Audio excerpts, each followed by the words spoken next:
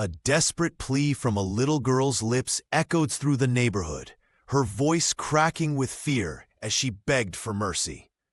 "Please leave us alone," she screamed, unaware that her cries would soon reach the ears of someone who could change everything.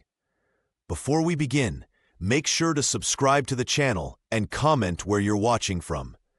6 months had passed since the Mendoza mansion lost its heart. The grand house with its high ceilings and polished floors once echoed with laughter and warmth, but now stood as a hollow reminder of what was gone. The gentle matriarch had died, bringing little Baron into the world, leaving behind a family fractured by grief. Arthur Mendoza moved through the halls like a ghost in his own home. At 41, the hotel chain owner had retreated into the only thing he understood: work.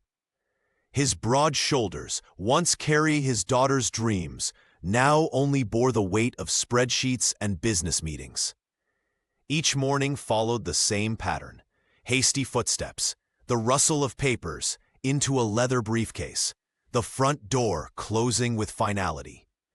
8-year-old Alice had learned to mother her infant brother in the vacuum her father left behind. Her small hands changed diapers and prepared bottles with a competence no child should need to develop. She whispered stories to Baron as she rocked him, tales of a time when their home felt warm, when their mother's smile brightened every room. "He'll notice us today," Alice would whisper to her baby brother each morning. "Today will be different." But it never was. The staff watched with heavy hearts. Doña Teresa, the loyal housekeeper, often found Alice asleep beside Baron's crib, the silver necklace, her only keepsake from her mother, clutched tightly in her small fist. Camilla, the young maid, would gently cover the girl with a blanket, her eyes brimming with unspoken sympathy. On this particular morning, Arthur descended the stairs faster than usual, his tie slightly askew. Alice stood at the bottom step. Baron cradled against her chest, summoning courage that shouldn't be required of a child her age. "Daddy," she called, her voice small but hopeful. "Could we maybe have dinner together tonight? Just us?" Arthur paused, but only for a moment. His eyes, the same shade of brown as Alice's, barely met hers before flicking to his watch. "Not tonight, Alice. The Shanghai deal needs my attention." His voice wasn't cruel, merely distant, as though speaking to her from across a vast canyon. "Maybe another time." The front door closed behind him with a soft click that somehow felt louder than a slam would have. Alice's shoulders drooped as she turned away, pressing her cheek against Baron's downy head.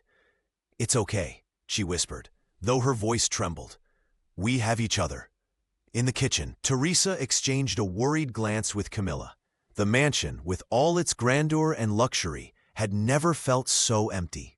The sleek black car pulled into the driveway of the Mendoza mansion on a dreary Tuesday afternoon.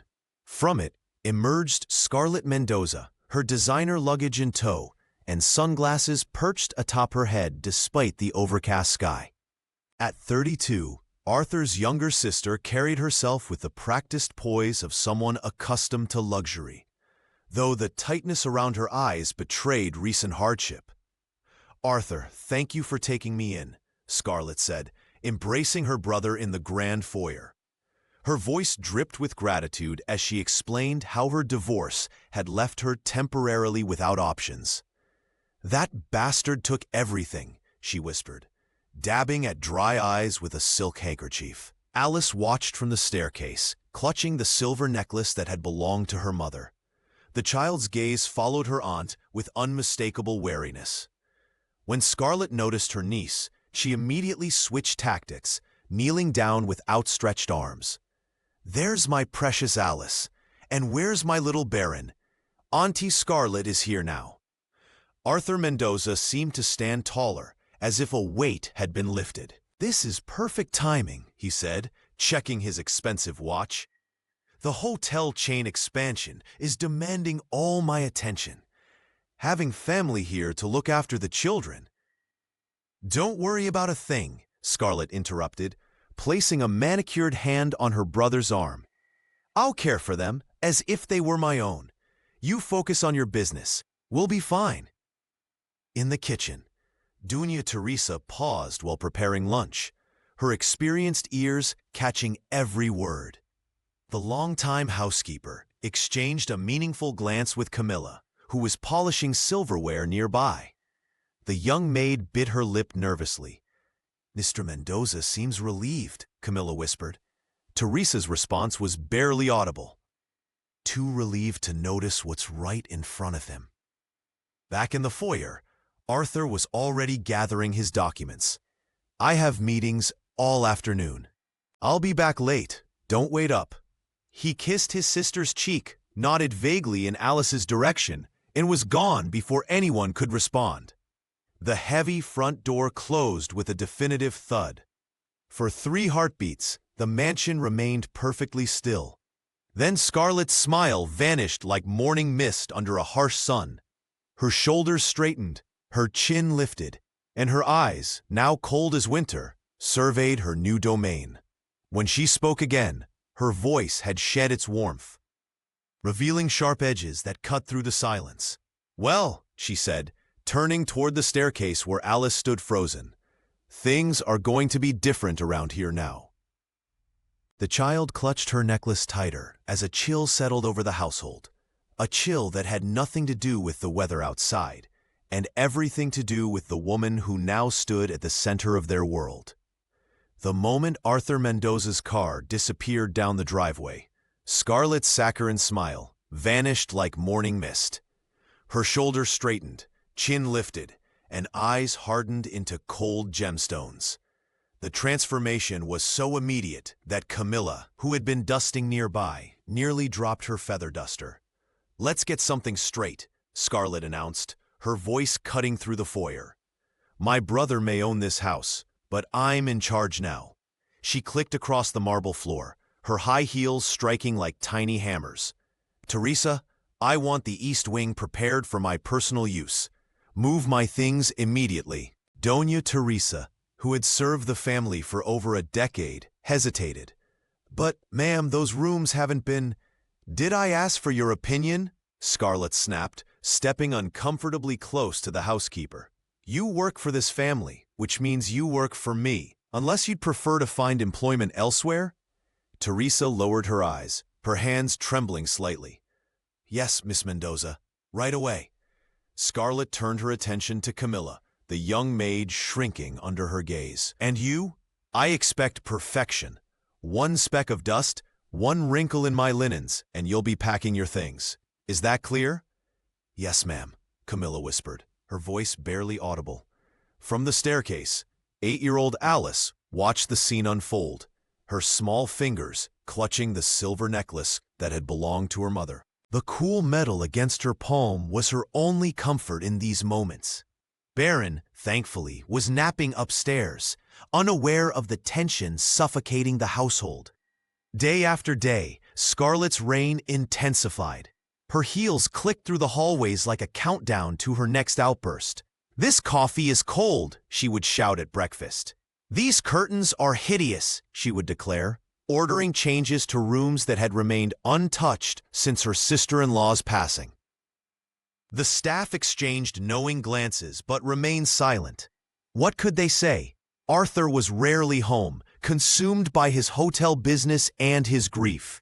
When he did return, Scarlet transformed again, becoming the picture of familial devotion. You look exhausted, brother, she would coo. I've taken care of everything.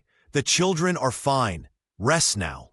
And Arthur, desperate to believe someone was handling what he could not, accepted her performance without question. Alice learned to move quietly through the house, to make herself invisible when her aunt was in one of her moods. She would take Baron to the garden when possible, telling him stories about their mother, the silver necklace catching sunlight between them. She's not staying forever, Alice would whisper to her baby brother. Daddy will see someday. But as weeks turned to months, her whispers grew less confident, her shoulders hunched with the weight of living under the shadow of her father's sister, a woman whose true colors painted the mansion in shades of fear. The mansion echoed with the sound of shattering glass as Scarlett Mendoza hurled a vase across the dining room. Camilla had placed the water pitcher a mere inch from where Scarlett preferred it, and such imperfections were intolerable in the new order of the household. "Are you blind or simply stupid?" Scarlett hissed, her manicured finger pointing at the trembling maid. "Clean it up, now! And next time, remember where things belong in my house." Camilla dropped to her knees, carefully collecting the glass shards while fighting back tears. This had become routine, Scarlett finding fault with everything the young woman did, from the way she folded napkins to how she announced visitors. Across the room, Dunia Teresa pressed her lips together, her eyes conveying silent support to her colleague. The housekeeper had witnessed countless such incidents, but remained powerless to intervene. Both women knew that challenging Arthur's sister meant losing their positions, and neither could afford that risk. "I'm sorry, Miss Mendoza," Camilla whispered, her hands shaking as she gathered the broken pieces.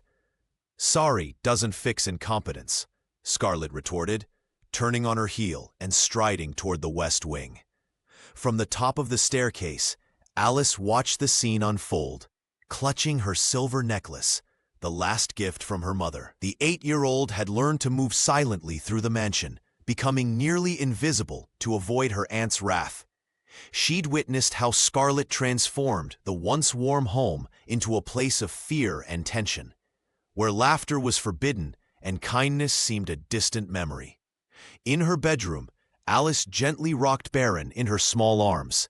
The infant sensed the household's distress, becoming fussier with each passing day. She hummed softly to him, a lullaby their mother would never sing, while keeping an ear alert for the sharp click of her aunt's heels approaching. "It's okay," she whispered to her brother, though she knew it wasn't. "Daddy will come home someday and see what she's doing." But Arthur remained absent, buried in work and grief, while his children endured daily torments under his sister's rule. Alice had tried once to tell him during a rare phone call, but Scarlett had snatched the device away, later punishing the child by confining her to her room without dinner. Teresa occasionally smuggled extra food to Alice's room, risking Scarlett's anger to ensure the children didn't go hungry. These small acts of rebellion were all the staff could manage against the tyranny that had descended upon the Mendoza mansion. As night fell, Baron's cries pierced the heavy silence once again. Alice held him closer, her small body tensing at the sound of approaching footsteps. She clutched her mother's necklace tighter, drawing what little courage she could from the cold silver against her palm. Scarlett Mendoza paced the upstairs hallway, her phone pressed tightly against her ear. The conversation was hushed but intense, her knuckles white from gripping the device. Alice crouched behind the banister, watching her aunt's face contort with each passing second. "I told you I'll get the money, Gaspar," Scarlett hissed, glancing nervously over her shoulder. "Just give me until the end of the week." The man on the other end must have said something threatening, because she flinched visibly. "Don't you dare come here. My brother knows nothing about this, and it needs to stay that way." Alice had noticed her aunt's behavior growing increasingly erratic over the past weeks. The woman who had arrived with saccharine smiles now prowled the mansion like a cornered animal, snapping at Teresa and Camilla for the smallest infractions. Even the housekeeper, who had served the Mendoza family for years, walked on eggshells around Scarlett. That afternoon, Baron's hungry cries echoed through the hallway as Alice tried to prepare his bottle. Her small hands worked carefully, measuring the formula just as Teresa had taught her. But the infant's wails grew louder, piercing the tense atmosphere of the house. Scarlett burst into the kitchen, her eyes bloodshot from lack of sleep. "Can't you shut him up?" she snarled, slamming her smartphone onto the counter. "He's just hungry," Alice whispered, trying to warm the bottle faster. "I'm making his milk now." The woman's gaze darted around the room, a new suspicion forming behind her eyes. "Where is it?" she demanded suddenly. "Where is what?" Alice clutched her brother closer, feeling his tiny body tremble against hers. The money, Scarlet spat, advancing toward them. Arthur must keep cash somewhere in this house. You know where it is, don't you? Before Alice could respond, her aunt began yanking open drawers, sending utensils clattering to the floor. I know you're hiding it from me, she shouted, moving to the cabinets next, flinging plates and cups onto the tile, where they shattered into jagged pieces. Alice backed away, shielding Baron with her small body. She clutched her mother's silver necklace with one hand, the cool metal providing her only comfort as chaos erupted around them. Please, she begged, tears streaming down her face. Baron just needs his milk. But Scarlet was beyond reason. She grabbed Alice's arm, her fingernails digging into the child's skin. Your father owes me, after everything I've done for you ungrateful brats. Baron's wails reached a fever pitch as the bottle fell from Alice's hand. White milk spreading across the floor like a small ocean. In that moment, with her aunt's face contorted in rage inches from her own, Alice realized they were truly at the mercy of a desperate woman with nothing left to lose. You're worthless, just like your brother, Scarlet Mendoza screamed, her face contorted with rage as she towered over 8-year-old Alice. All you two do is drain my money and ruin my life. The living room of the Mendoza mansion, once a place of warmth, had become a battleground. Baron's hungry cries had been the trigger this time, his wails cutting through Scarlet's tense phone conversation with her creditor. I can't even hear myself think, she shrieked, snatching the baby bottle from Alice's trembling hands. With a violent swing, she hurled it across the room. The bottle hit the wall and shattered, sending milk splashing across the expensive carpet and down the ornate wallpaper. Alice flinched, instinctively shielding her infant brother with her small body. Her fingers clutched her mother's silver necklace, seeking comfort from the only physical reminder of maternal love she had left. Look what you made me do. Scarlet advanced, her designer heels crushing fragments of glass beneath them. Do you know how much everything in this house costs? More than you're worth, that's for certain. The young girl's shoulders shook as she tried to quiet Baron, whose cries grew more desperate. From the doorway, Dunia Teresa watched, her weathered hands covering her mouth to stifle her own sobs. Behind her, Camilla stood frozen, tears streaming silently down her cheeks. Your father doesn't even want to come home because of you two, Scarlet continued, her words like poison. He'd rather work than see your pathetic faces. And now I'm stuck here, babysitting ungrateful brats while my life falls apart. Something inside Alice finally broke. Months of enduring her aunt's cruelty, of trying to protect Baron, of longing for her father's return, it all came crashing down in that moment. Please leave us alone, she screamed, her voice raw with desperation. The sound echoed through the cavernous mansion, bouncing off marble floors and high ceilings.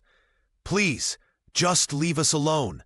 Baron's wailing intensified, as if joining his sister's plea. Alice clutched him tighter, her tears falling onto his tiny forehead as she rocked him back and forth. Teresa took a hesitant step forward, but Scarlet's venomous glare stopped her in her tracks. The housekeeper and the young maid remained rooted in place, their faces etched with helpless anguish. The air in the room grew thick with tension and sorrow. Outside, dark clouds gathered, casting shadows through the grand windows. Inside, a little girl's desperate cry hung in the silence that followed. A cry for mercy, for protection, for the love that had been absent for too long. No one in that room could have predicted how quickly everything was about to change. The heavy oak door of the Mendoza mansion crashed open with unexpected force. Arthur Mendoza stood in the doorway, his tall frame silhouetted against the afternoon light, suitcase gripped tightly in one hand. The 41-year-old hotel magnate had returned 2 days earlier than scheduled, his face bearing the marks of international travel, stubbled cheeks, tired eyes, and skin darkened by the foreign sun. What is going on here? Arthur's voice cut through the tension like a knife. His gaze swept across the scene before him, milk pooling on the expensive marble floor, a shattered glass bottle, and his 8-year-old daughter's tear-streaked face. Alice clutched baby Baron protectively to her chest, the infant's cries having subsided to hiccuping sobs. Scarlet froze, mid-tirade, her bloodshot eyes widening at the sight of her brother. The woman's perfectly manicured hand fell limply to her side as she struggled to compose herself. The transformation almost theatrical in its suddenness. "Arthur, you're home early," she stammered, forcing a smile that didn't reach her eyes. "We had a little accident with Baron's feeding, that's all." Her voice had shifted from the venomous tone of moments before to a honeyed sweetness that made Teresa flinch visibly from her position by the doorway. The hotel owner set down his luggage with deliberate slowness, his movements measured as he stepped fully into the foyer.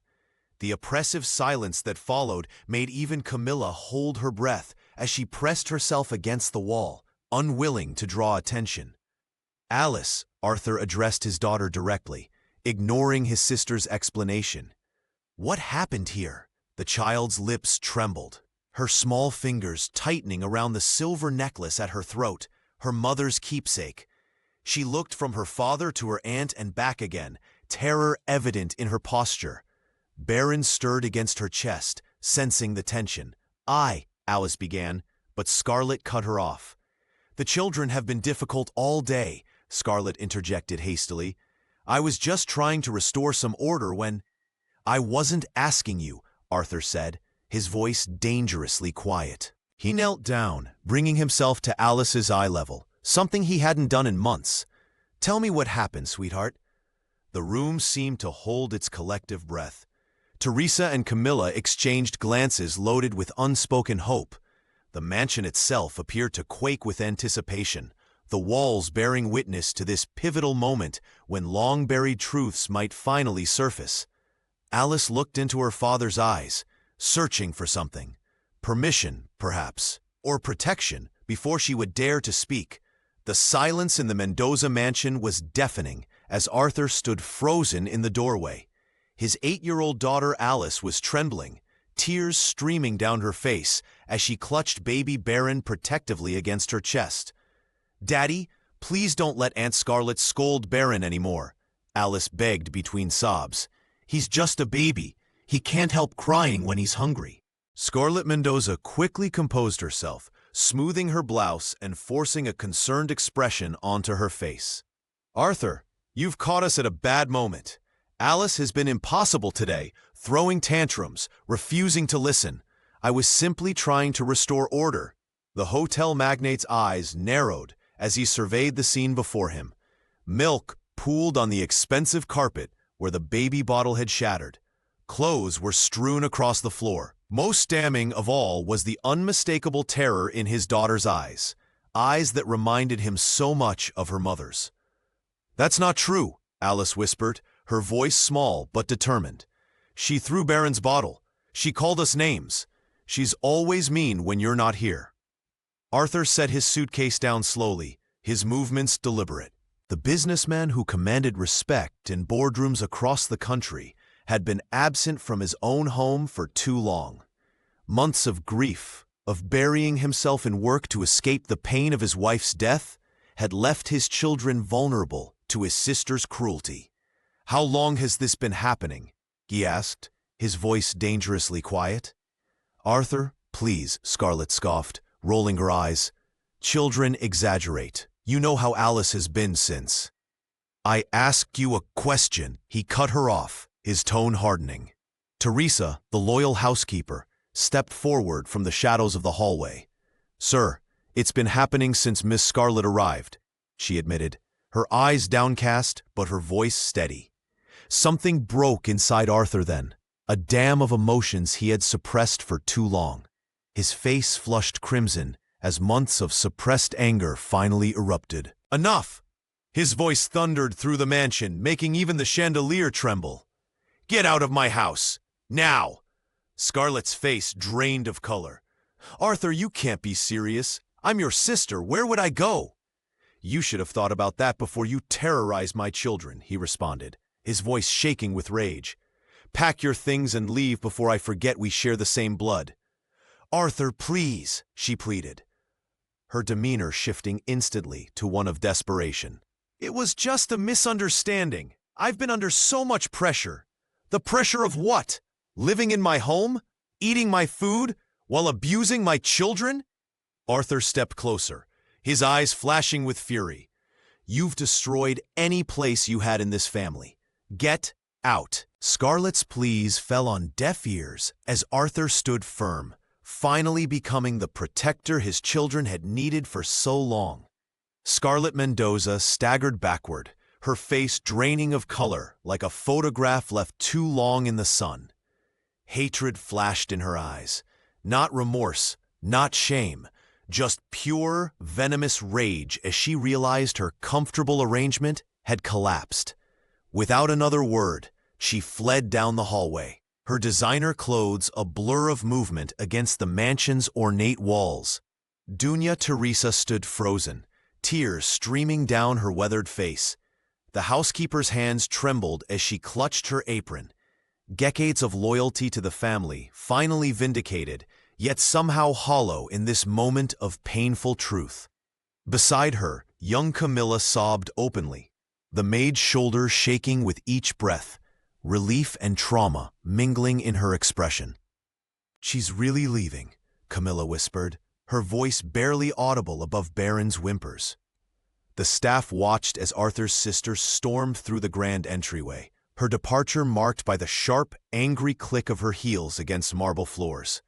The heavy front door slammed with such force that the crystal chandelier above trembled, tiny rainbows dancing across the walls, a strangely beautiful counterpoint to the ugliness that had just transpired. Arthur turned toward Alice, his arms half raised in an instinctive gesture of comfort. His daughter clutched Baron tighter, pressing her brother's small body against her chest as she took a step backward. The fear in her eyes, not just lingering terror from Scarlett's outburst, but deep distrust of the father who had abandoned her emotionally for so long, struck Arthur like a physical blow. Alice, he whispered, his voice breaking, I'm so sorry. The child merely stared back, her mother's silver necklace glinting at her throat, her small body rigid with tension. Teresa stepped forward, reaching toward the girl. Alice, sweetheart, your father. Arthur gently raised his hand, stopping the housekeeper's intervention. No, Teresa, she's right not to trust me. His voice was low, thick with emotion. I haven't been here, not really. The mansion fell silent, except for Baron's soft fussing. Outside, they could hear the distant sound of a car engine starting, Scarlett making her final exit from their lives.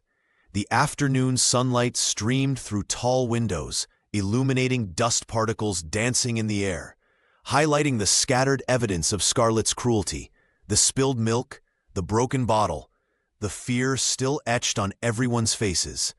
Arthur knelt down, maintaining distance from his children, his expensive suit creasing against the floor. Words won't fix this, he said, more to himself than anyone else. I know that now. Alice's grip on Baron loosened slightly, but her eyes remained wary, watching her father as if he were a stranger, which, in many ways, he had become. The mansion stood like a silent sentinel, every light burning, yet offering no warmth. Arthur Mendoza sat alone in his study, a glass of untouched whiskey on the mahogany desk before him. The events of the day played in his mind on cruel repeat. Alice's tear-stained face, Baron's frightened wails, and Scarlett's venomous expression as she was banished from their home. He buried his face in his hands, the weight of his neglect crushing down upon him. How had he not seen what was happening? The hotel chain owner had spent months burying himself in spreadsheets and business calls, fleeing from the grief of losing his wife, only to lose his children in a different way. The terror in Alice's eyes when she looked at him wasn't just fear of Scarlett. It was the wounded gaze of a child who no longer trusted her father to protect her. Arthur rose from his chair and wandered the hallways of his own home like a ghost. The mansion felt foreign to him now. its corners and corridors, hiding months of suffering he had been too blind to witness. He paused outside his children's room, the door left slightly ajar. From within came the soft murmur of Alice's voice. "I'll never let anyone hurt you again," she whispered to Baron. "I promise I'll always protect you." "We don't need anyone else." The words pierced Arthur's heart like shards of ice. His 8-year-old daughter had become both mother and guardian to her infant brother, shouldering burdens no child should bear. He leaned against the wall, legs suddenly weak beneath him. This child, this brave, wounded little girl, had done what he should have done all along. The businessman who commanded respect in boardrooms across the country couldn't even command the trust of his own daughter. He had become a stranger to Alice and Baron, a distant figure who moved through their lives without touching them. The realization burned in his throat. Teresa had tried to tell him in her gentle way. Camilla's worried glances should have alerted him. But he had chosen blindness, wrapped himself in work and grief until his children became collateral damage. Arthur slid down the wall until he sat on the plush carpet, listening to Alice's improvised lullaby. In the morning, he would have to begin the impossible task of rebuilding what he had allowed to break. But tonight, he could only sit in vigil outside their door, a father finally awakening to the depth of his failure, his heart heavy with a regret that felt bottomless. The morning light filtered through the heavy curtains of Arthur Mendoza's study as Doña Teresa entered with a silver tray. Her hands trembled slightly as she set down his tea, the porcelain cup rattling against the saucer. Arthur looked up from his laptop, noticing the housekeeper's unusual nervousness. "Sir," Teresa began, her voice barely above a whisper, "there are things you should know about Miss Scarlett's time here." She clasped her hands together to stop their shaking. "I should have told you months ago, but I was afraid of losing my position, afraid of what she might do." Arthur closed his laptop and gestured for her to continue. Teresa's eyes welled with tears as she described Scarlett's reign of terror.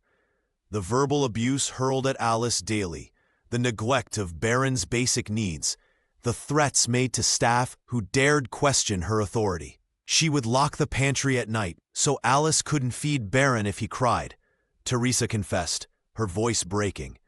"The poor child would beg me for milk, and I had to sneak it to her like a thief in my own workplace." A soft knock interrupted them.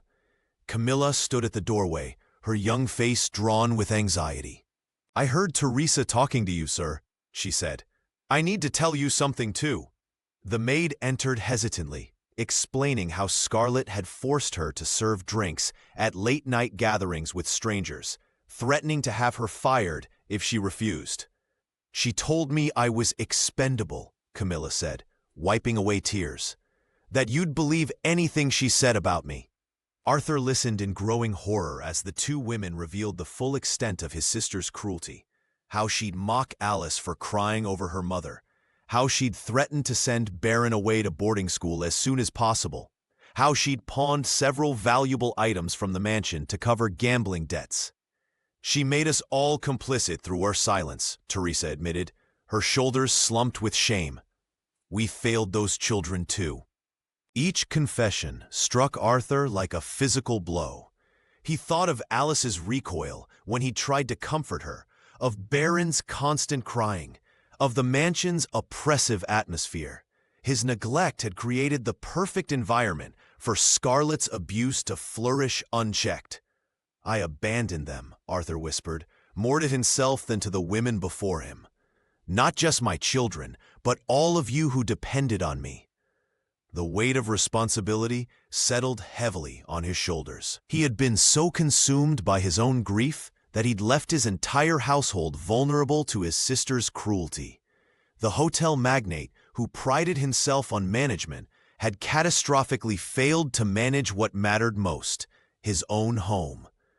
Doña Teresa sat in the small confessional booth, her weathered hands trembling as she recounted the horrors that had unfolded within the Mendoza mansion. Tears streamed down her face as she spoke to Padre Julian Herrera, whose kind eyes widened with each revelation. The loyal housekeeper had carried this burden for months, watching Alice and Baron suffer while feeling powerless to intervene. "I should have spoken sooner, Father," Teresa whispered, her voice breaking. "Those poor children." The priest leaned forward, his expression grave. Julian had known Arthur's wife well, had baptized both children, and counseled the family through their grief when she passed. Now, hearing of Scarlett's cruelty and Arthur's neglect, he felt a profound responsibility to act.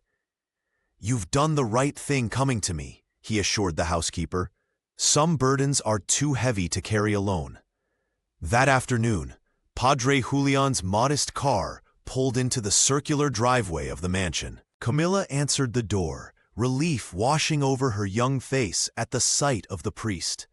She led him to Arthur's study, where the hotel magnate sat, reviewing documents, dark circles beneath his eyes betraying his exhaustion. "Julian," Arthur said, rising to greet his old friend. "This is unexpected."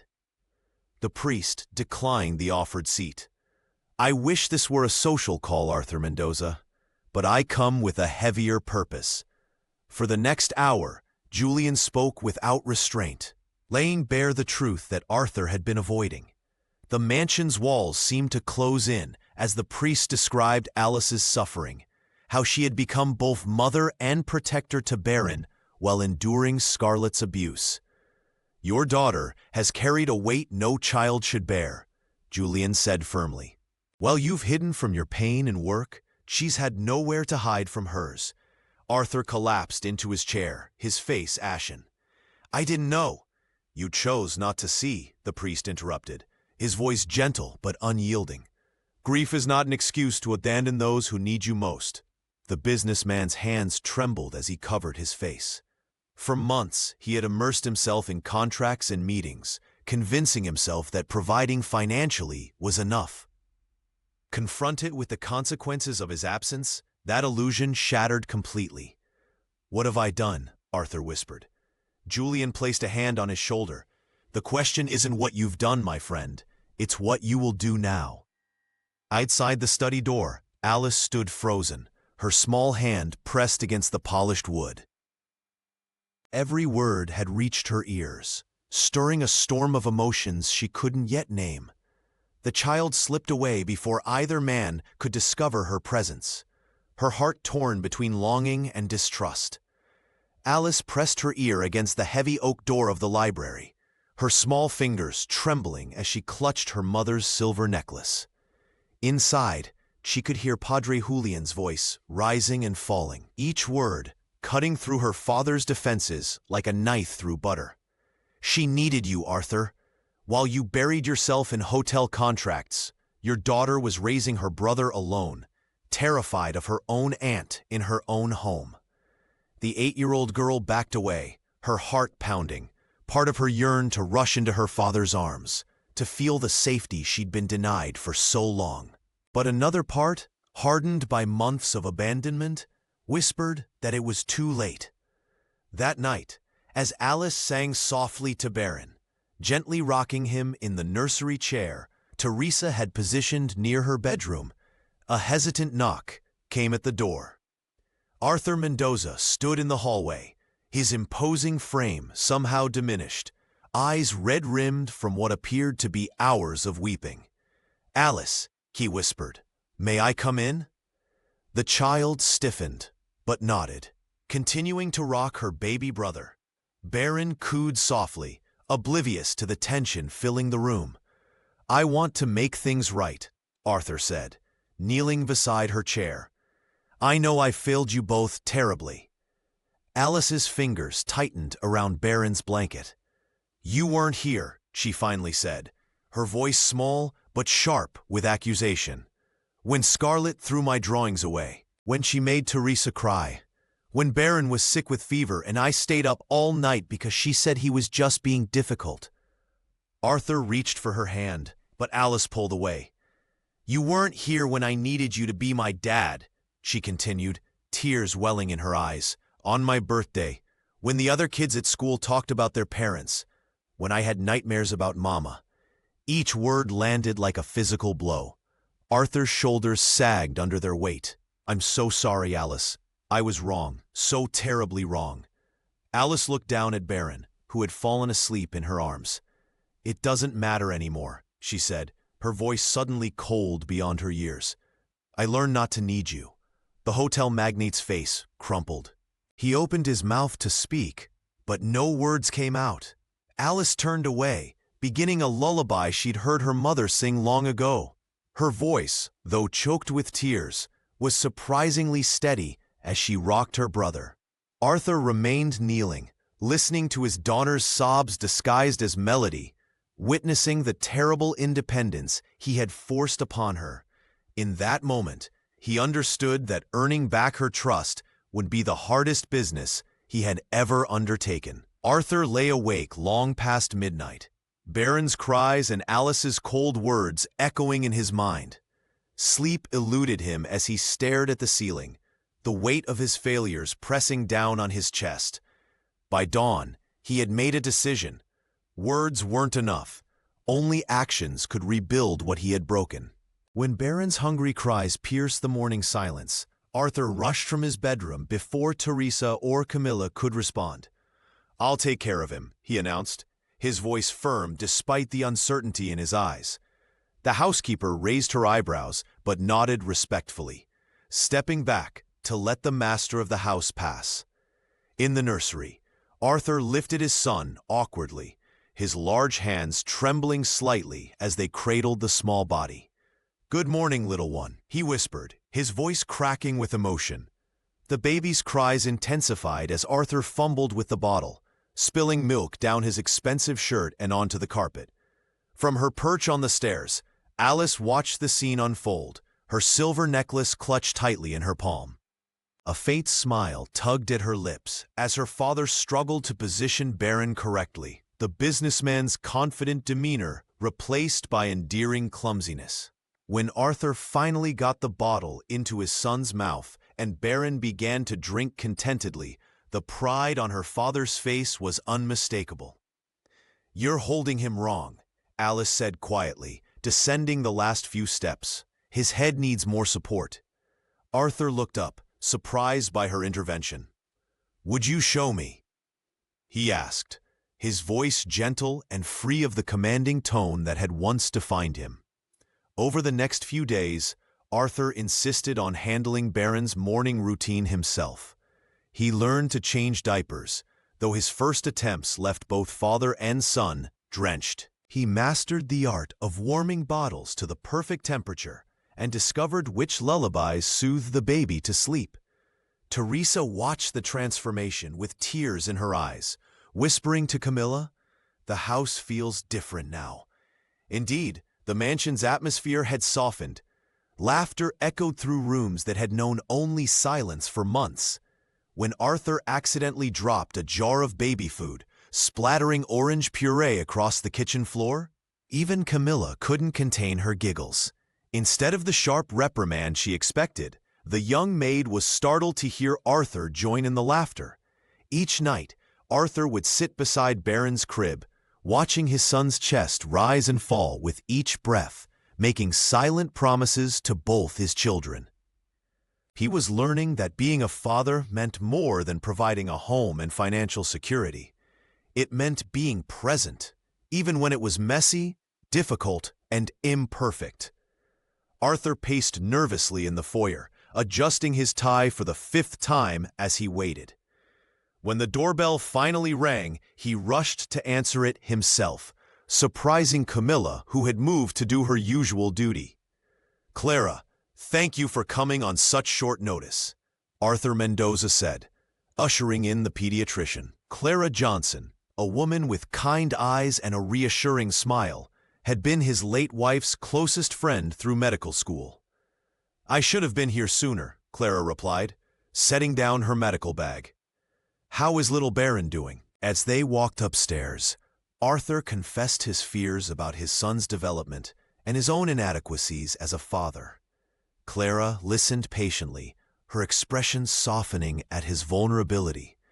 In the nursery, she examined Baron thoroughly, while Arthur hovered nearby, asking questions that revealed how little he knew about his own son. Instead of judgment, Clara offered gentle guidance. "He's perfectly healthy, Arthur. You're doing better than you think," she said, watching him awkwardly lift the baby. "Just hold him close. Yes, like that. Babies need connection more than perfection." From the doorway, Alice observed this interaction, her small fingers tracing the outline of her silver necklace. She noticed how her father's hands, once so confident signing business documents, trembled slightly as he cradled her brother. After Clara left, promising to return soon, Arthur committed himself to the daily routines of childcare with determination that surprised the household staff. Teresa found him in the kitchen at dawn, attempting to prepare Baron's formula while consulting a handwritten list of instructions. "Sir, I can do that," she offered, but Arthur shook his head. "I need to learn, Teresa. I've missed too much already." Later that afternoon, Camilla stifled a laugh as she passed the nursery where Arthur was struggling with a diaper change. His expensive shirt splattered with baby powder. "Is it supposed to be this difficult?" he called out, and the young maid stepped in to demonstrate the proper technique. Each day brought new challenges. Arthur canceled meetings to attend Baron's checkups and rescheduled conference calls around nap times. A businessman who once couldn't spare 5 minutes for his children now spent hours on the nursery floor, learning the language of gurgles and cries. Alice watched this transformation with cautious hope. One evening, she found her father asleep in the rocking chair, Baron peaceful against his chest.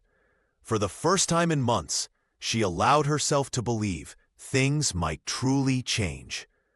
The mansion, once cold with absence and fear, gradually warmed with the sound of Baron's laughter and Arthur's clumsy but earnest attempts at fatherhood. A new routine emerged, one built on presence rather than distance, on trying rather than hiding. The scream pierced the night like shattered glass. Arthur Mendoza bolted upright in bed, his heart pounding against his ribs as Alice's terrified voice echoed through the mansion. He stumbled down the hallway, nearly colliding with Teresa, who had also been startled awake. "It's the nightmares again," the housekeeper whispered, her face etched with concern. Arthur found his daughter thrashing against her sheets, her small body convulsing with sobs. "Scarlett's coming back," Alice whimpered, her eyes still closed, trapped in the nightmare's grip. "She's going to hurt Baron." "Alice, sweetheart, wake up," Arthur said, gently shaking her shoulders. When her eyes finally fluttered open, they were wide with terror, darting around the room as if expecting to find her aunt lurking in the shadows. "She was here," Alice whispered, clutching her blanket. "She was." For several minutes, he simply held her, stroking her hair as Teresa brought a glass of water. "I promise you," Arthur said, his voice thick with emotion, "this is the last time you'll face these fears alone. I'm here now. I won't leave you again." Alice didn't respond, but her trembling gradually subsided as she nestled against him. Arthur stayed until she drifted back to sleep, his mind haunted by the realization that his absence had left such deep scars. The following morning, while tidying the library, Arthur noticed something glinting beneath the sofa: Alice's silver necklace, the precious keepsake from her mother. The delicate chain had snapped, likely during one of Scarlett's rages. He carefully gathered the broken pieces, taking them to a jeweler in town for immediate repair. When he returned that afternoon, he found Alice sitting quietly in the garden, watching Baron as he napped in his bassinet. The hotel owner approached cautiously, the newly repaired necklace nestled in his palm. "I believe this belongs to you," he said, holding it out. Alice's eyes widened. "My necklace! I thought Aunt Scarlett had taken it forever." "It was just lost," Arthur explained, fastening it around her neck. "Like many things in this house." The weight of his words hung between them. Alice touched the pendant, her fingers trembling. Something broke inside her then, a dam of emotion she'd been holding back for months. She collapsed into her father's arms, sobbing uncontrollably. "I miss Mama," she cried. "I miss how things were before." Arthur held his daughter close, his own tears falling freely. "I miss her too," he whispered. "But we still have each other. We can make new memories, Alice, different ones, but still filled with love." Father and daughter remained embraced as the afternoon sun bathed them in gentle warmth, the first step in healing their shared pain finally taken. The morning sun filtered through the garden trees as Arthur Mendoza led Alice by hand toward the rose bushes. These had been his wife's pride, once tended with loving care before her passing during Baron's birth. The garden had fallen into neglect since then, much like their family bonds. But spring had brought new blooms despite everything. "Your mother loved these roses," Arthur said softly, kneeling beside Alice. "She would spend hours here, talking to them as if they could hear her." His voice caught slightly. "She used to say that flowers remember the people who love them." Alice touched a pink blossom gently. "Did she have a favorite?" "The white ones."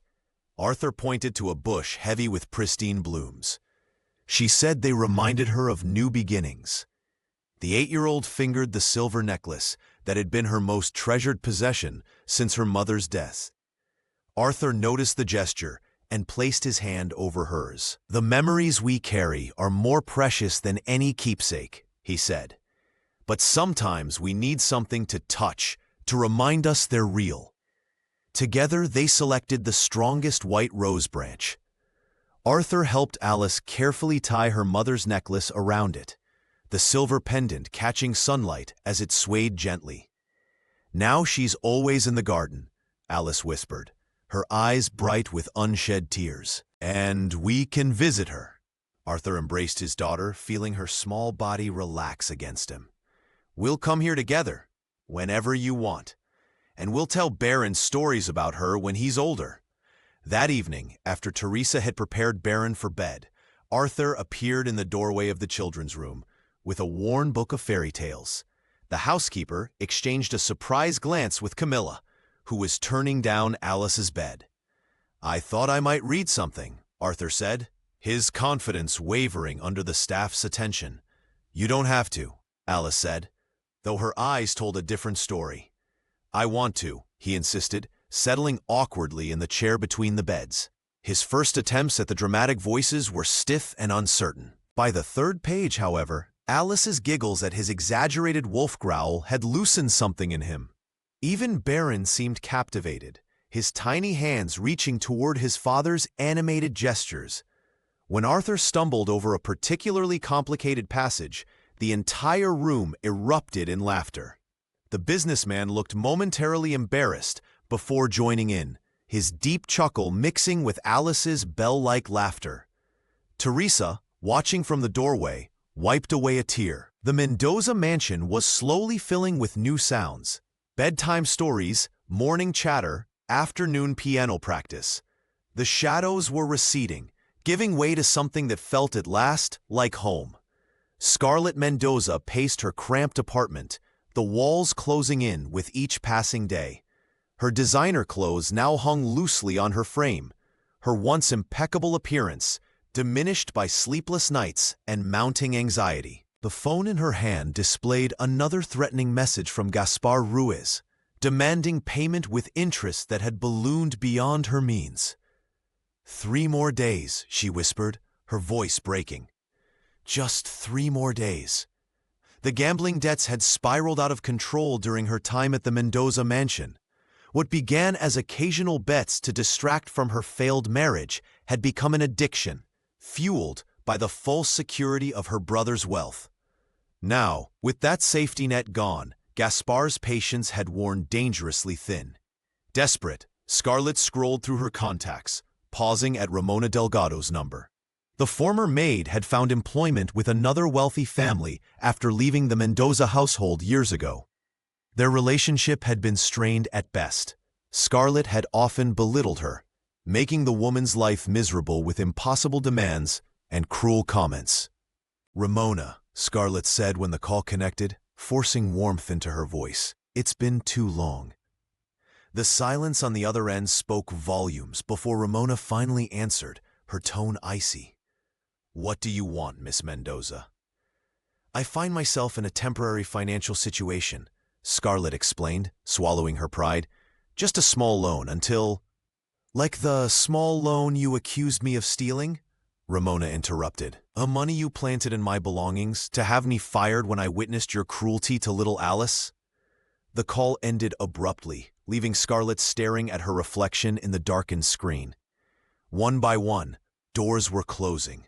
Former friends avoided her calls. Acquaintances pretended not to see her in public places.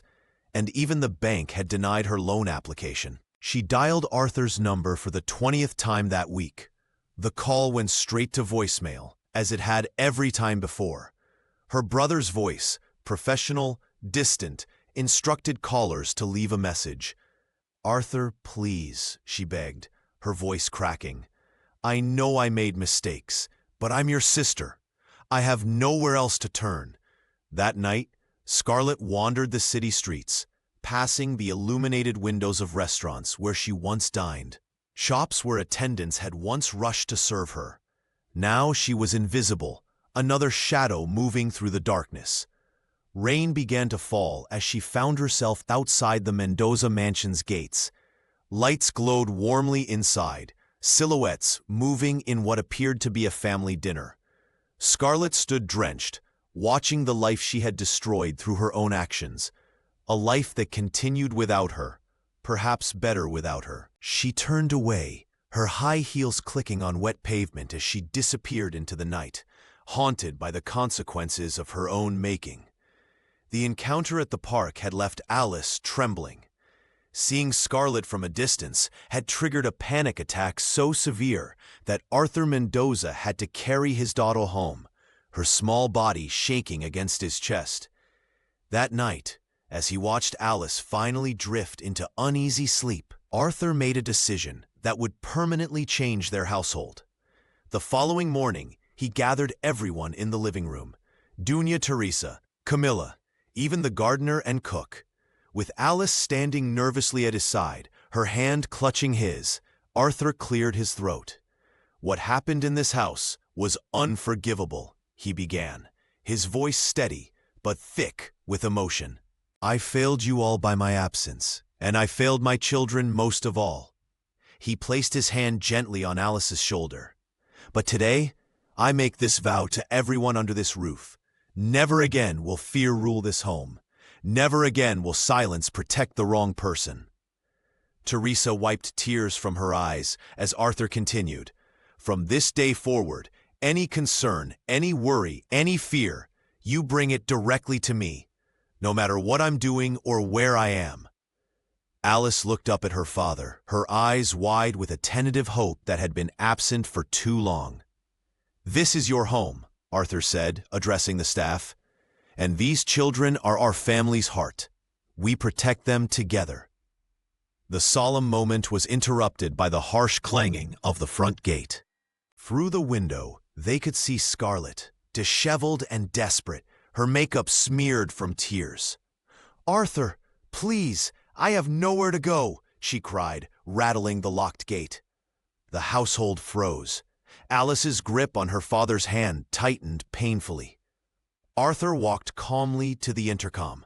Scarlett, you destroyed your place in this family through your own actions. The damage you've done cannot be undone with apologies. I'm your sister, she sobbed, her voice crackling through the speaker. And they are my children, Arthur replied firmly. You made your choice. Now I'm making mine. He switched off the intercom and turned to face his daughter and the staff. The silence was profound, but different from before. Not the silence of fear, but of resolution. She can't hurt us anymore, he said simply. Teresa stepped forward, embracing Alice gently. Camilla exhaled audibly, years of tension visibly leaving her shoulders. Even Baron, cradled in the cook's arms, seemed to sense the shift, his usual fussing replaced by peaceful cooing.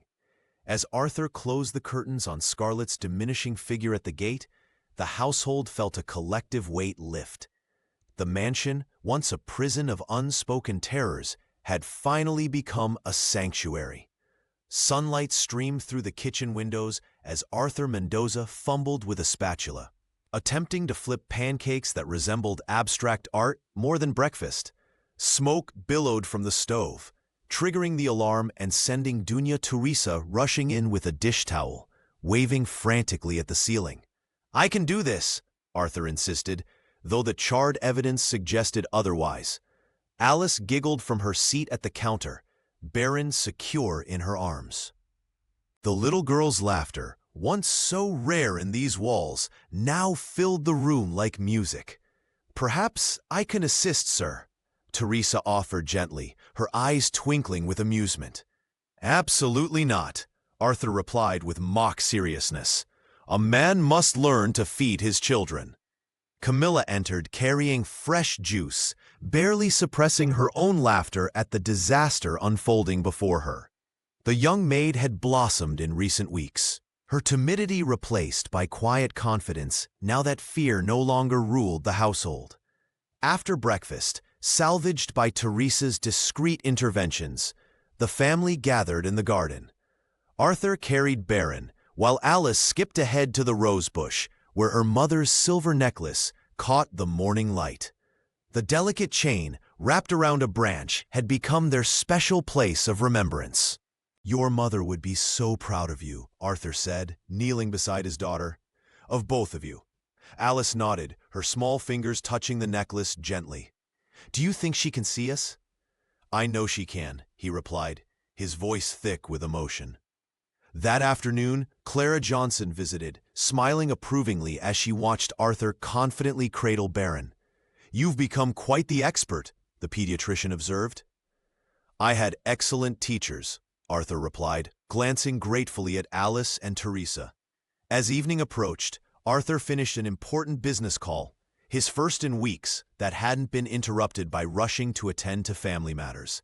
He was learning to balance his responsibilities, setting boundaries that protected his time with the children, while still managing the hotel chain. The living room, once silent and forbidding, now resonated with the hesitant notes of Alice's piano practice. Arthur sat nearby, Baron on his lap, both entranced by the simple melody. Padre Julian, visiting for dinner, watched from the doorway, his eyes moist with gratitude for the transformation he witnessed. Later, as Arthur tucked Alice into bed, she whispered, "Now our house really has laughter again." He brushed the hair from her forehead. "And it always will," he promised. Spring painted the mansion with new colors, but the true renewal was within its walls. The Mendoza family had weathered their darkest winter and emerged stronger, healed not by time alone, but by courage, honesty, and the daily choice to love despite the risk of pain.